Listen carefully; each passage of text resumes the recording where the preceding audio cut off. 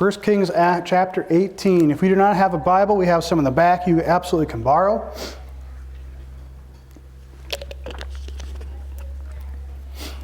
Okay. Last week, John started on chapter 18. We almost got through the end. It's an incredible chapter. Absolutely an incredible chapter what's going on. Elijah, the man, the prophet of God, has done something incredible.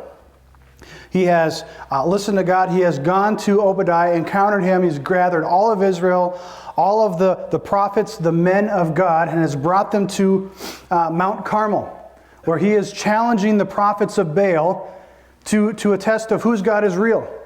Who's the real God? We all know that Baal is not. It's not real. He's made up. He's fake. That it is the John talked about last week that idolatry is really some form of self-worship, that they themselves have given this thing, golden calf, wood, metal, whatever, they have given it the power. They have given them power over this idol. That they have the ones who are doing that they've made him seem like a god. So Elijah challenges them. They have the two altars set up. They have the stones. He lets the prophets of Baal go first. They pick their bull. They put him up there, and they cry all morning. And Elijah tends to mock them. And we talked about, I think this is funny, John said, mocking is not a spiritual gift. Remember that. But Elijah does this because he's setting this up, and they cut themselves and they wail, and they're trying to call Baal to come to take the sacrifice. And obviously that doesn't happen. So Elijah takes his turn and he gets down and he prays and says, "Oh Lord, show these people who you are, show that you are the true God." And the fire comes down and consumes it. They dumped all the water on the altar. This shouldn't have burned. And yet a fire from heaven comes down, consumes the sacrifice, consumes the water, consumes the stone, and consumes the dust and the dirt around it. Absolutely obliterating what is there. An amazing, powerful picture, but just of the small might of God. Just the small, because our God is so much bigger, and that's just a small piece of his power. And yet it was immense. And 450 prophets of Baal were captured, they were arrested, and they were killed for their blasphemy, for their treachery, for their continuing in the sin of idolatry for the people of Israel. It's just not good. This is where we pick up. At the end of 18, in chapter 18, verse 41. And Elijah says to Ahab. So can you just imagine for just a second here? You're thinking, oh man, Joel only got 3 words and he's already pausing to stop. That's what I do. And he says to Ahab. Ahab has witnessed this entire thing. The fire, the attempting of the worship, the tempting of the Baal, God coming through, the capturing and slaughtering of 450 prophets of Baal. And Elijah and there's Ahab standing there the whole time. I got to wonder what's going through his head. I got to wonder if he's just a little bit shell-shocked, if he's had a literal come to Jesus moment here.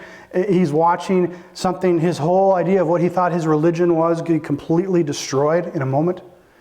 And he's sitting here, and there's Elijah. And I've always imagined Elijah, he's pretty disheveled. He looks not exactly like a guy to be like, hey man, I want to hang out with you all the time. I think he's kind of bearded. I think he's kind of wild looking. I mean, that's just how I imagine Elijah, because he's spent time in the wilderness. And here's Ahab, just hanging out here. And he's going to hang out this entire time and listen to what Elijah's about to do. Because you have to remember, Israel is really upset with Elijah because they think Elijah is the one who's in sin. They think because Elijah has sinned, because he continues to be obstinate and disobedient and sinful, that they have no rain. It's been years since rain. So they think this is all Elijah's fault. And so Elijah now finally comes through, and God is God and shows everyone that he is God. He's going to say something to Ahab. And I think it's just great. Go up, eat, drink, for there is the sound of rushing rain. Can you just imagine Elijah gets done with this picture, the fire consumes it, and Ahab standing there thinking, shell-shocked, watching his prophets be destroyed. And he looks at Ahab, he goes, do you hear that? That sounds like rain. Just absolutely flipping it on the head. I mean, the entire religion of Ahab has completely gone upside down. And now the person who they're blaming for rain is saying, oh yeah, by the way, I think rain is coming.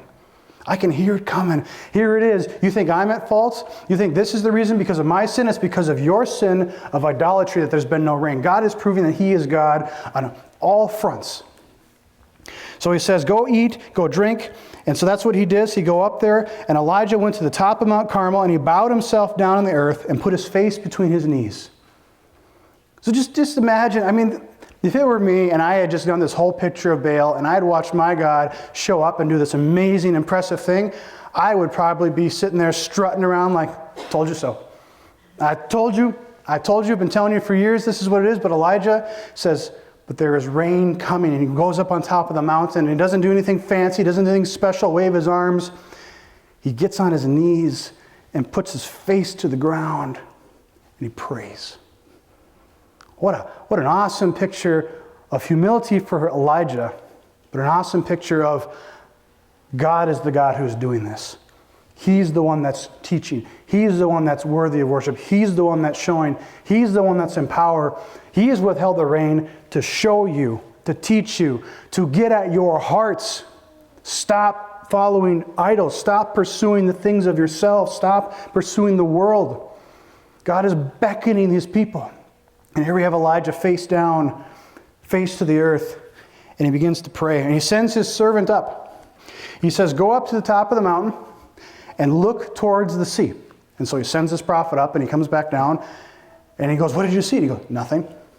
So we're like, whoa, wait a second. That's not what's supposed to happen. Well, just listen. And he says, go again, but go again 7 times. Now, this is not like some magical number that if I do something 7 times, therefore God will grant it. That's not what this is about. 7 is a number we're going to see a couple different times in this. It's nothing mystical. It's nothing magical. Don't overthink this. But he says it 7 times because God is complete. It's a completion number. I'm going to do this 7 times because God told me to. Not because it takes 7 times for God to listen. No. It's 7 times because this is what God is going to do, and we're going to do it because God is faithful. And so he goes up 7 times, and after the 7th time, he comes back down. And the servant says to Elijah, and this is verse 44, behold, a little cloud like a man's hand is rising from the sea. This little puff of cloud's coming up. And he says, now go say to Ahab, prepare your chariot and go down, lest the rain stop you. It has been years since we've had rain. It has been dry. I know this is hard for us to imagine considering the last couple weeks here. But he just told Ahab, you see that little cloud? I would go back to your house right now because in a little bit, your chariot's going to be so flooded and muddied with water that you're not going to be able to get there. That's impressive. You better get in your chariot and go because it's about to flood. It's about to rain. It's about to have water come down. In a little while the heavens grew black with clouds and wind, there was great rain. And I think this last phrase, I think is just something we kind of miss often when we read this story because we just read the prophets of Baal, the fire consuming from heaven, Elijah telling there's rain coming, and then Ahab gets in his chariot, and the hand of the Lord was upon Elijah, and he gathered up his garments, and he ran before Ahab to the entrance of Jezreel. He ran. He didn't take a chariot. He ran before Ahab. I just think this is just a cool little addition. Oh, by the way, Elijah was so filled with the Spirit that he outran a chariot. It's just a neat little addition to the story that he is so in step, that God is doing something so powerful and so dynamic that here is this little addition, and it's not even like the big part of the story. It's just like, oh yeah, by the way, this happened as well. And so they get to Jezreel. That is Ahab's capital. Remember what's going on in Israel at the time. Israel has been divided. There is a divided kingdom in the north. There is 10 tribes, and the king, Ahab, is one of the most wicked kings we will ever have. He is mostly wicked because we have one of the most wicked people in the entire Bible is married to him, named Jezebel. Last week, remember John talked about that? No one has named their kid Jezebel for a reason. She is evil incarnate in the Bible. Absolutely wicked beyond wicked. And so Jezreel is Ahab's capital in the north. And in the south, there is a different king ruling. And then, so there's division. There is war. They don't get along. This isn't like there's a peaceful divide. They don't get along with each other at all. And this is happening kind of in the northern part of Israel. So he goes back to Jezreel, and we got to pick up here in chapter 19, verse 1. And Ahab told Jezebel all that Elijah had done. You got to remember, Ahab has just watched a crazy, incredible feat. Something impossible by human standards. God has done something incredible. And Ahab comes home, and I mean, maybe this is just me in my head. He goes into Jezebel and says, hey, I just saw something incredible. I saw Elijah do this and Elijah do that, and now there's rain. Isn't this incredible? And I remember just half a chapter ago, everyone was saying, Yahweh, he is God alone. Baal is not God. Yahweh is God. Ahab has witnessed this. He's had his come to Jesus moment. He has seen his whole religion change around. He goes home to his wife and tells her all this what's going on. And then Jezebel, this is her response. This is the wickedness of Jezebel. Then she sent a message to Elijah saying, so may the gods do to me and more so if I do not make your life as the life of one of them by this time tomorrow. So really translated, she's saying she's making an oath to her gods, which is really ironic because her gods are the power because she's given them power. She's worshiping herself. So she's trying to swear by something that she's gotten on her own power. But she's basically saying, I swear before all of my gods that if I haven't killed you by tomorrow, they can do with me what they want. Sounds like a really great message. Oh, Ahab's message of come to Jesus has really affected Jezebel really well. Obviously not. Jezebel is seething. She is absolutely disgusted with self-worship and power. Things have gone exactly the opposite direction of where they were supposed to go. And her response to Elijah, who's at the gate of the city, is to send him a message saying, if I see you, I'm going to kill you. You have destroyed everything. I will do everything in my power to kill you, to end your life. So we obviously have a different perspective of the preceding events from Jezebel. I think this speaks a lot to the shell of a man that is Ahab and the absolute evil incarnate that is Jezebel herself. She's so wicked that she actually, Ahab goes down as a wicked king, but in the end, he will actually repent. But in the end of days, in the book of Revelation, they talk about Jezebel as the wickedness. As the wickedness of Jezebel will impact the nation. She's so wicked that they talk about it in the end of days. That's really, really bad. That's bad that she has a lasting influence because of her evil. So she sends a message, and then Elijah was afraid. This is verse 3. And he rose and ran for his life and came to Beersheba, which belongs to Judah, and he left his servant there. Things have shifted in a different direction than what we thought. I know we started this last chapter. Maybe there was a little bit of hope welling up inside of us. Well, John and Joel said that Kings was only going to get progressively worse as we went on. But we have this really awesome chapter where the world is, they worship Baal, and then Elijah comes and it's changed everything, and the fire has come down and demolished the sacrifice. And wow, what an absolutely incredible moment where God, maybe he's shifting. Maybe the tides are turning. And in just a moment, he comes back and Jezebel turns everything against him. Everything is, I'm going to kill you if I see you, and I'm going to do it by tomorrow. So he gets up and he flees for his life. So he's fleeing from the north, and he's coming down. He's crossing really a national divide line, coming down into Judah, trying to get away, trying to be safe from Jezebel, because she's got an entire nation out to get him. Because remember, Elijah feels absolutely alone in this. He goes, no one is on my side. No one is with me. No one loves God. Why am I out by myself? Even in the midst of this incredible thing, the absolute love of the world, the love of what you want, the love of the selfishness of worshiping what we want, what feels right to us, what fills us up. That's what Jezebel has so clung to. She is in love with that. And she will not let that go, and I will kill whoever I must to take care of that. I don't care if he does spectacular things of power. I want what I want, and the world is mine to control. That's the position of Jezebel. And so he flees.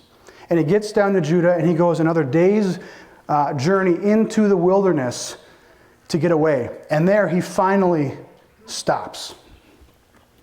Verse 4, it says, but he himself went a day's journey into the wilderness and came and sat down under a broom tree. Some of your translations might say a juniper tree. That's fine, but Minnesota, people think junipers are those little shrub bushes that have the blue berries on them, right? That's not a juniper in Middle Eastern time. A juniper, a broom tree, is probably more descriptive of the actual tree. It's this tall, skinny trunk. It goes up 6, 7, 8, 10 feet, and then it's got this big canopy over it. So if you can just imagine, the wilderness in southern Israel is very desert-ish like. You can see the heat rising off of the wilderness is, the haze. And in the midst of it is this lone broom tree. It's got deep roots. It goes down for the moisture, and it grows this tall, and it grows this huge canopy of shade. And you can imagine Elijah fleeing for his life into another nation. It was a day's journey into the wilderness, and he sees this lone canopy, this lone oasis, finally there is a spot where I can rest. Finally there's a spot where I can go and be. And he collapses under the tree, running for days to get away for his life from Jezebel. And he collapses under this tree. And he asked that he might die. That's his response. He collapses and he says, I would rather be dead. I'd rather not be here.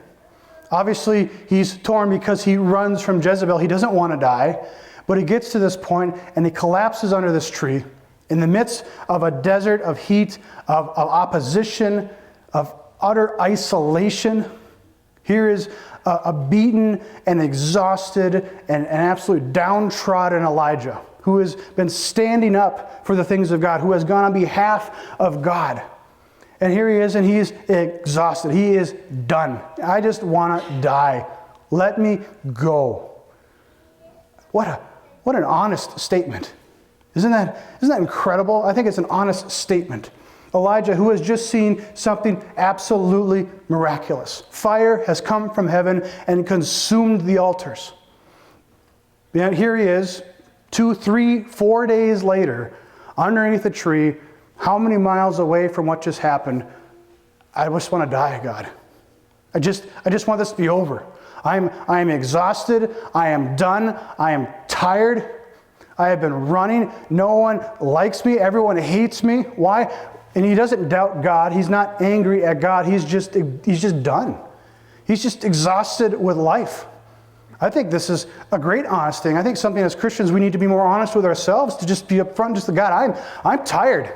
I have been walking, I have been trying to do the right things, but life just seems to go the wrong direction, or things just continue to happen. What is going on? I'm not mad, but I don't know what to do because I'm so turmoil. I'm overwhelmed with my emotion. I don't even know what to do. And he just lays down at the tree and lies down and says, just let me die. Let me be. I'm tired of this. That's a raw moment. We're going to see here in just a minute how God will respond to that, but it's almost the spiritual diary of Elijah. The true honesty of someone who's done so dynamic and powerful things for God. And here he is saying, I'm done. I am spent.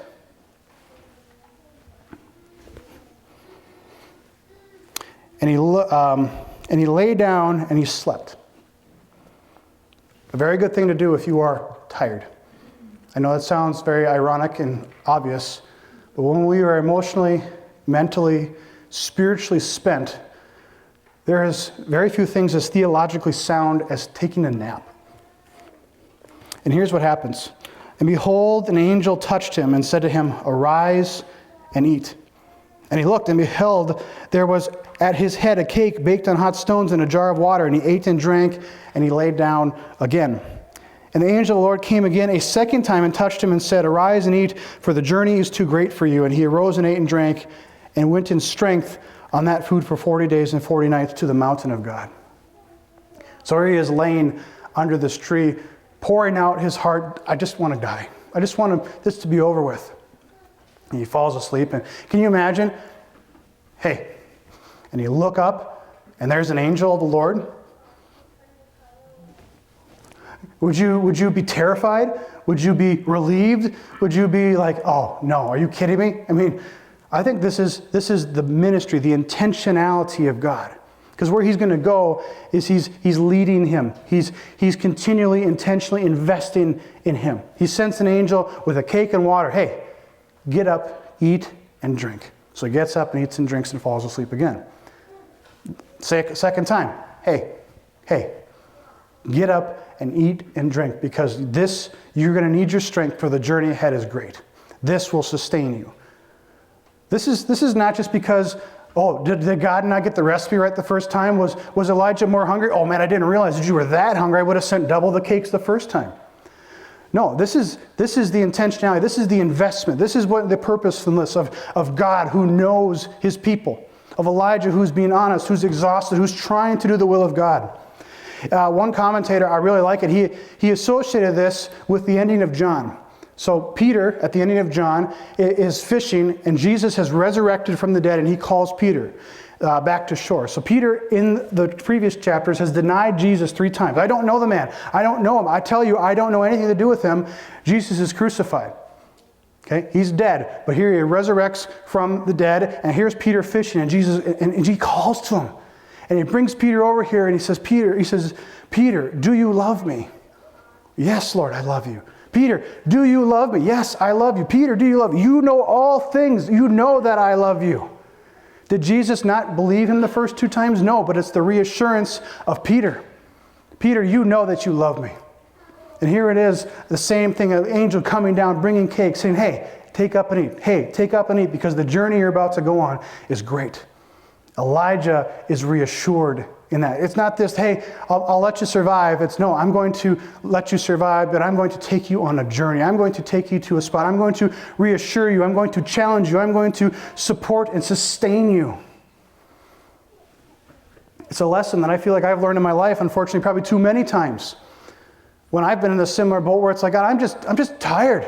I'm just done. I'm exhausted. Why is life so difficult? Why is life so full right now? It may not even be bad things. It's just full. And God continues to whisper in those moments, because you're doing it. Let me do it. And it's an identity-shattering moment, because it's like, I thought I was. But then he reassures me saying, I know, but you continue to try to take things and do them on your own. God is a God who sustains, who provides. He set the whole world in motion by the power of his word, what Colossians says. And he is here to provide and to give us life, and to speak to our heart, and to grow us, and to continue to make us spiritually deeper. Because we don't just know things about God. God has revealed himself so that we can actually know him. To have that relationship with him. In our heart of our hearts, in our depth of our being, we know that God is God, and he whispers to us, and he draws us in, and he pursues us, and he says, I am your God, and you are my people.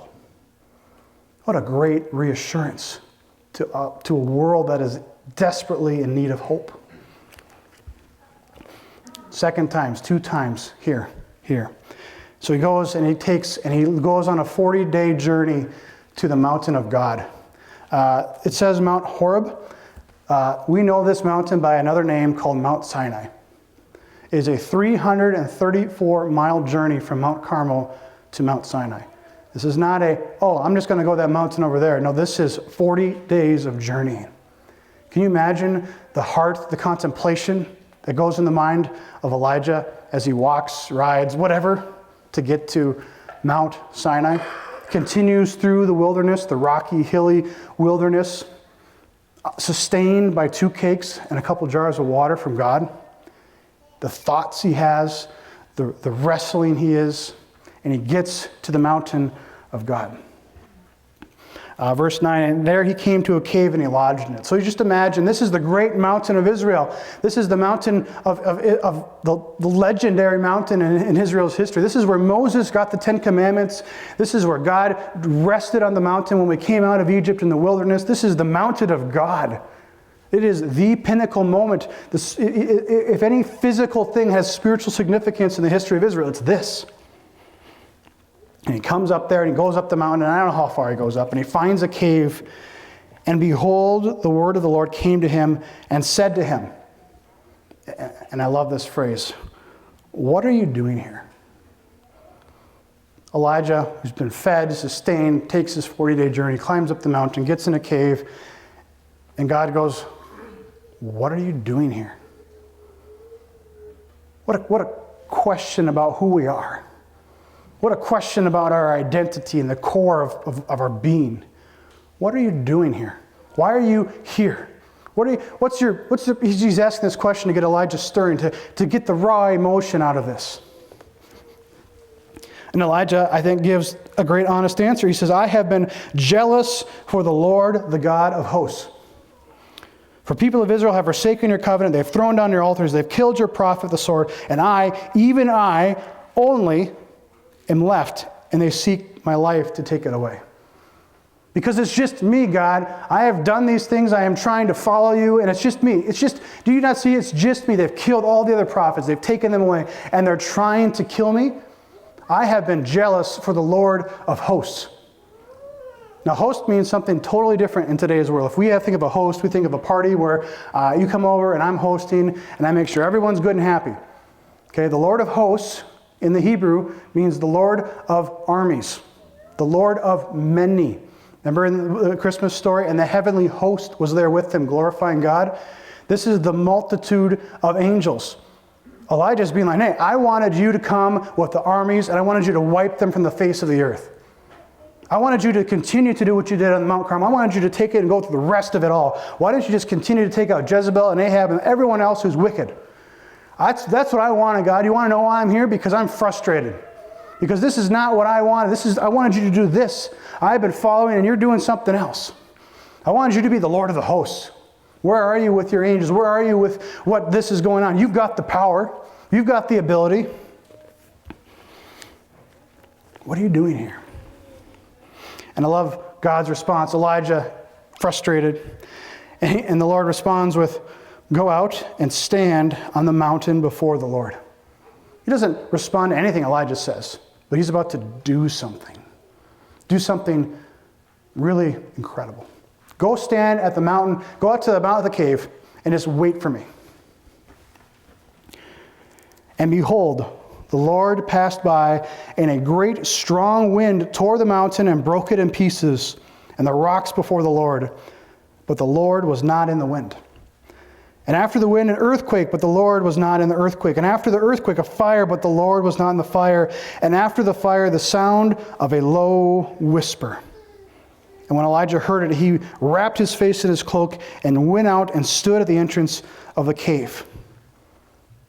So somehow, in that last wind, fire, earthquake, Elijah has moved away from the mouth of the cave. And I can just imagine him scooting a little ways back.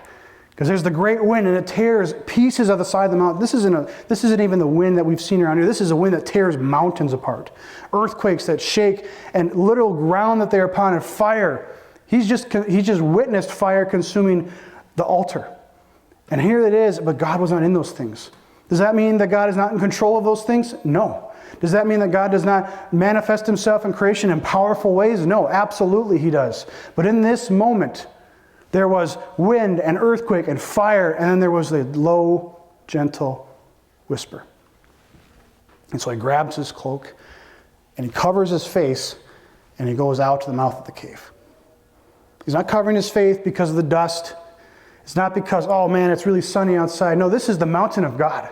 The same mountain where Moses came down and his face was brilliant white from being in the presence of God. Elijah knew in that whisper, there is God.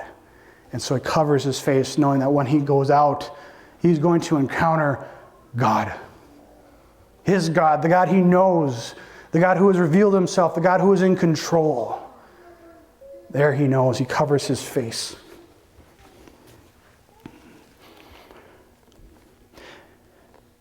He went out and stood at the entrance of a cave, and behold, there came a voice to him and said, what are you doing here?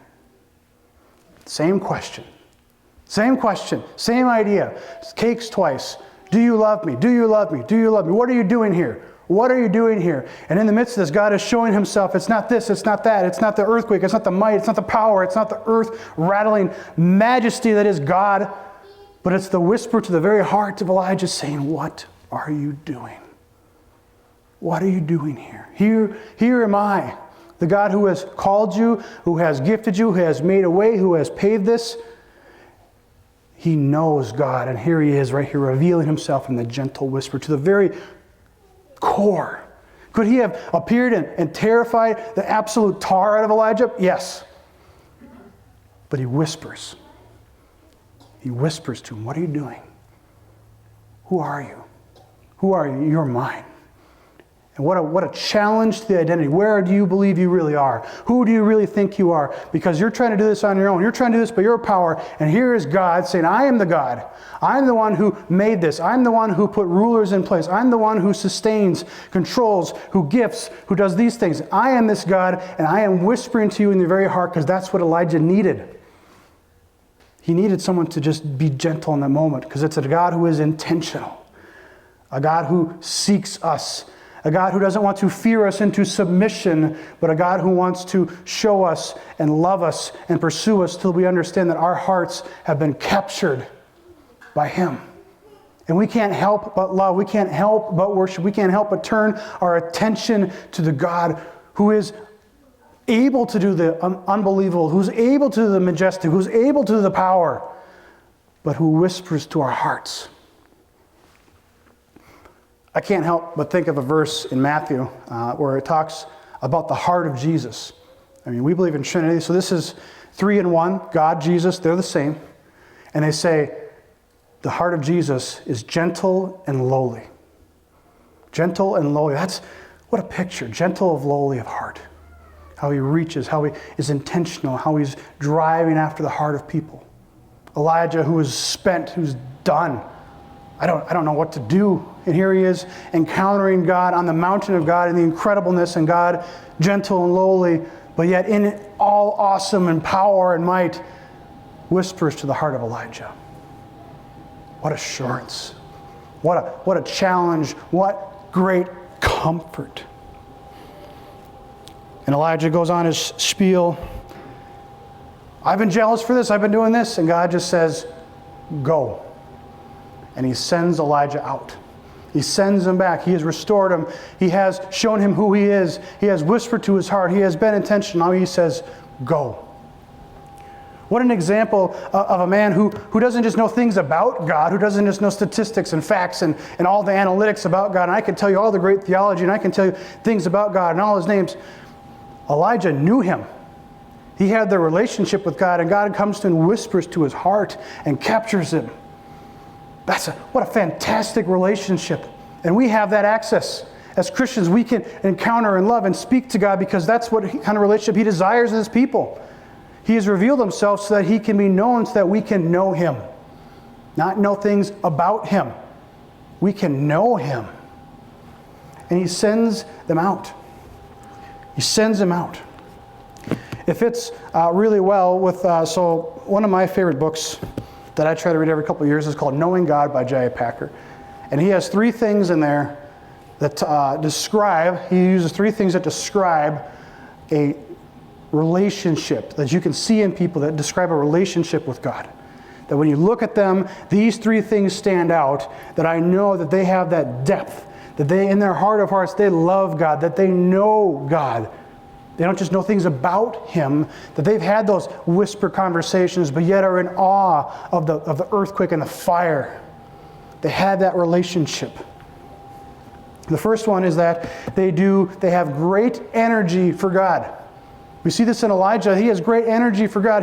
He lays on his side for I don't know how many days. He gets up and he goes and challenges the prophets of Baal on the Mount Carmel. He speaks to the nations. Great energy. He's willing. He's excited to do the things for God. Secondly, he's got great boldness. That is absolutely Elijah, that he can go stand before 450 prophets and say, my God is bigger, because he knows his God's going to win. It's not I've got a really good chance because I'm pretty sure it's going to happen. He knows. Great boldness. And lastly, great contentment. That even in the midst of, I'm done, I'm spent, God, what are you doing? I don't understand this in the moment. What is happening? Great contentment to the whisper. Okay, I may not understand it. I may not fully get it, but I know you, and you know me, and I know that you're about the business of your people and your worship, and I'm all in, and I will go, and I will do, because not because out of duty, but because out of relationship. He knows God. He knows what he's about. He's not going to double cross him. He's not going to pull the rug out from underneath him. He's not going to turn his back on him. Elijah knows that God is God. He is for his people. He has had cakes. He's had the whisper. In his heart, he knows.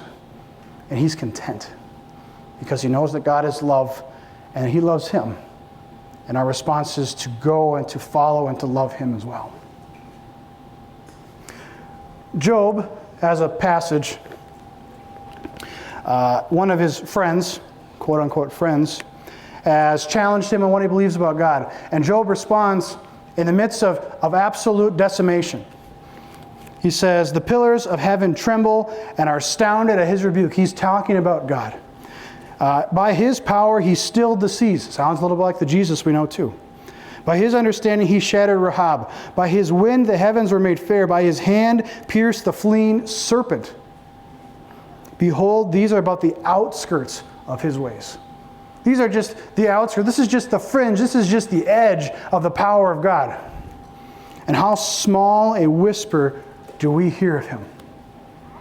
By the thunder of his power, who can understand? But it's in the whisper. It's in the intimacy. It's in the moment of God addressing our hearts. It's amazing. Thank you, guys. If you have questions, let me know. Otherwise, have a great Sunday. We'll see you next week.